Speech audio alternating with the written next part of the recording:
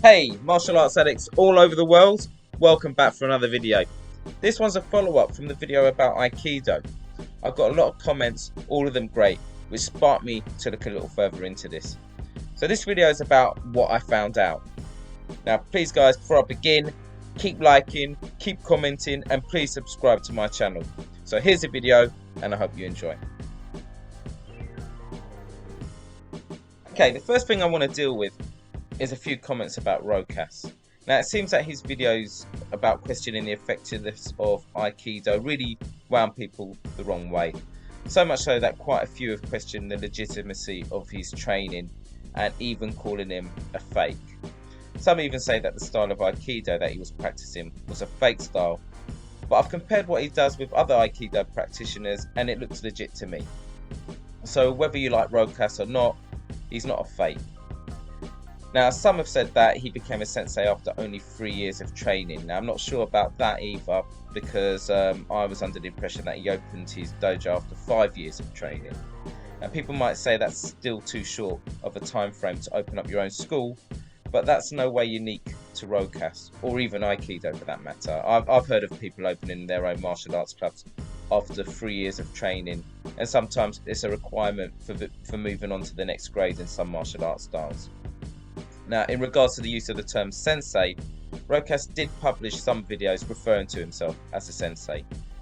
I've always been under the impression that once you get awarded a third dan in a Japanese martial art, you get referred to as sensei. I'm not sure if Rokas did take his third dan black belt, but I'm pretty sure he said that he didn't in a recent video. He said that he didn't take his third dan. So that could be why some people aren't too happy about him referring to himself as a sensei.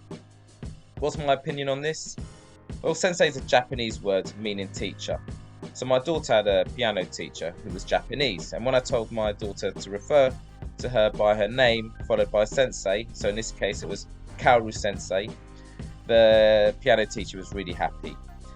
So in this situation it was a student giving a sign of respect to a person who's teaching them something.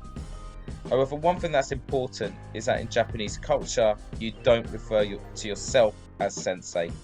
That's because it's for addressing someone who has completed a specialized training or reached a high degree in their field. So in Japan, for example, you can refer to your doctor as sensei, but your doctor wouldn't call themselves sensei. But Rokas did refer to himself as that. But to be fair, I didn't know that you can't refer to yourself as sensei until about 4 or 5 months ago, when the karate nerd Jesse Enkamp released a video called Don't Call Yourself Sensei. I have been to loads of martial arts classes where instructors have referred to themselves as sensei, so Rokas isn't the only one to have done this, and more so, like me, he probably didn't know that you don't refer to yourself as sensei, so I think it's a forgivable mistake. Another comment that I've received pointed out that my conclusion of going into Aikido when you're older is wrong, because taking the throws in Aikido, even if you're compliant, can take its toll on the body in the same way that a judo throw can. And when you think about it, it's actually a really good point. You know, we can't assume that because you're an older person, you'll be the one performing the techniques and never be the one who's being thrown. And 2, just because Aikido might be a compliant style, being thrown will still have an impact on your body. Now, there's a few ways to look at this. If you're an older person with a number of training years in a high impact art like judo, for example, going into Aikido might be easier as it's less strenuous and you'll have the breakfalling skills you acquired from judo. On another note, I checked out the Aikiweb forum where the question of Aikido for the older beginners was posted. The views expressed that Aikido was a great martial art for older people and that it would be tailored to what they're capable of doing. So the instructor might tailor your training so that you don't need to perform the more acrobatic breakfalling techniques or the kneeling techniques if you've got knee problems, for example. But is Aikido for older people only? That's the argument that some of the comments that I've received are opposing. Now, when you look at the founder's original students, they'd come from other martial backgrounds. Kenji Tomiki, the founder of Shotokan Aikido, and Gozo Shioda, the founder of Yoshinkan Aikido, were both judo guys. Gozo Shioda started learning Aikido under the founder around the age of 18 years old. Kenji Tomiki began training with Ueshiba around the age of 27 years old. Now, both of these men were either third dan or above in judo at the time that they began training in Aikido. So it doesn't look like Aikido was beneficial from their point of view as a method for reducing the strain of judo and continuing martial arts training. So based on that, maybe Aikido is better practiced in conjunction with something like judo. That way you get to practice a more combat orientated style alongside a philosophical one. But I agree, it doesn't mean that Aikido is purely for older people. Yep, because as we can see, the original students were quite young. I also want to point out that it seems like those original students found something practical and effective in what Ueshiba was teaching during that time. Now let's bear in mind that Ueshiba was around 44 years old when he was training Tomiki, and around 49 or 50 years old when Shioda began his training. So Ueshiba was still teaching a style that maintained the practical emphasis that Daitoru Jiu-Jitsu focused on. At that point, the purpose of what Ueshiba was teaching was to defeat your opponent. And it wasn't until his later years that Ueshiba started professing the peaceful way that Aikido is now known for. And that's when the emphasis on combat effectiveness wasn't there anymore, and instead the emphasis was on creating a harmonization between the person applying the techniques and the one receiving them. And that brings me to the next argument, that not all Aikido is about peace. Some of the comments that I've received have argued that it was only Ueshiba's later style that reflected this, but that his original students developed styles that emphasized combat.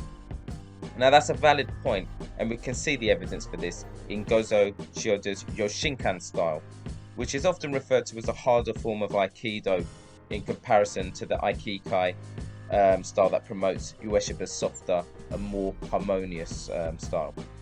Now, in addition to this style has been used in the training of the Kido-Tai or the Japanese riot police. However, I still think that Yoshinkan Aikido lacks having a Randori or free sparring practice, which means that practitioners don't get the practice against a resisting opponent. Training Yoshinkan Aikido alongside Judo, therefore, would be really beneficial, as Judo would give you the opportunity for resistance training.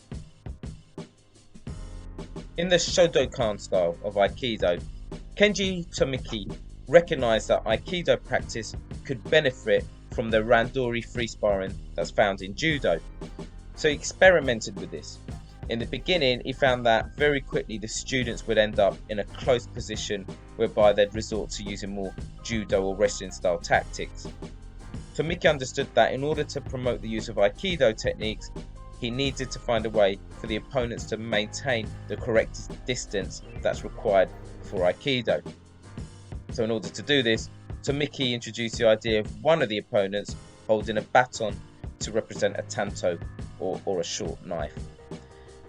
This encourages the unarmed opponent to keep the distance and wait for the tanto-armed opponent to strike. For Tomiki, this proved to be successful and led to competitive Aikido under this format. Now, some traditionalists frown upon Tomiki's competition style of Aikido. However, sport or competition forms only a part of the Shodokan Aikido training system. It's not the be-all and end-all of the style. What it does do, though, is provide that much needed training against a resisting opponent. So if you like the idea of training Aikido, but you don't have time to practice anything else on top of that, then I'd recommend Shodokan Aikido, as then you'll get some form of Randori free sparring in your training. In regards to the older person training, although the Randori is a requisite for Dan grades, it's not for senior practitioners, so it's tailored to accommodate to older practitioners. So, on a final note, I still stand by the view that Aikido is supposed to be more of a philosophical art than a combat orientated one. I do agree that it does require a certain level of finesse and acrobatic ability, especially for the breakfalling skills that an older person might be unable to do. However, I do think that Aikido training can be and will be tailored in regards to the practitioner's age and physical limitations.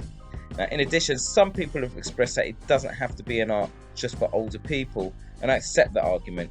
If you're doing Aikido, especially the softer Aikikai style, I wouldn't want you to quit because people like me are saying it's more for senior practitioners. If you're now questioning your training, this is the advice that I would give you.